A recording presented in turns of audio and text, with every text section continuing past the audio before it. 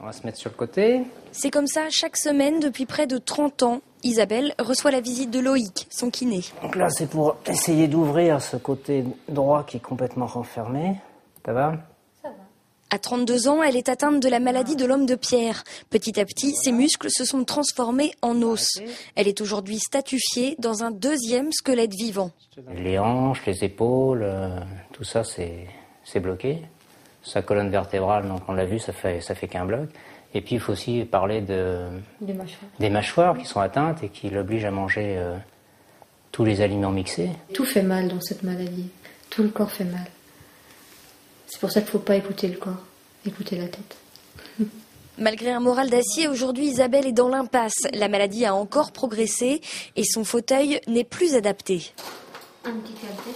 Devant moi, c'est ce qu'on appelle mon ordinateur de fauteuil. Donc ça me permet de faire tout ce que je dois faire. C'est rouler, c'est allumer la lumière, des choses comme ça.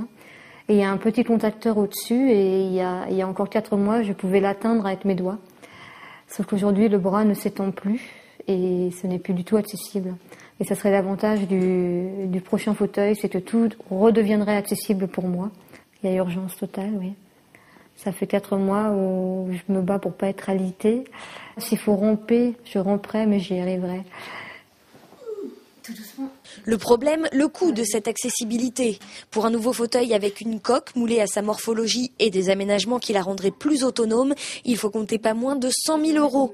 Et pour réunir les fonds, la famille ne peut quasiment compter que sur les dons. L'association Debout avec Isa se démène pour récolter des fonds. Je fais tellement d'efforts pour tenir debout, pour me lever, pour combattre cette maladie-là. Tout quand je vois que les gens me suivent, ça me permet de me dire, bon, je ne suis pas toute seule. Et c'est un petit peu comme une armée, c'est que voilà, il y a 2-3 personnes devant et il y a du monde derrière. Et malgré tout, on est tous unis, on fait tous partie de la même équipe. C'est pas forcément facile, mais en même temps, voilà, je me dis que malgré tout, tant qu'on sent la souffrance, c'est qu'on est bien vivant. Donc ça prouve qu'on a encore des choses à faire. Derrière son sourire et sa bonne humeur, chaque jour est un combat pour Isabelle. L'évolution de la maladie nécessite de réorganiser et surtout de sécuriser tout son environnement. Ces aménagements, elle en rêve. Pour les réaliser, elle ne pourra compter que sur la générosité des donateurs.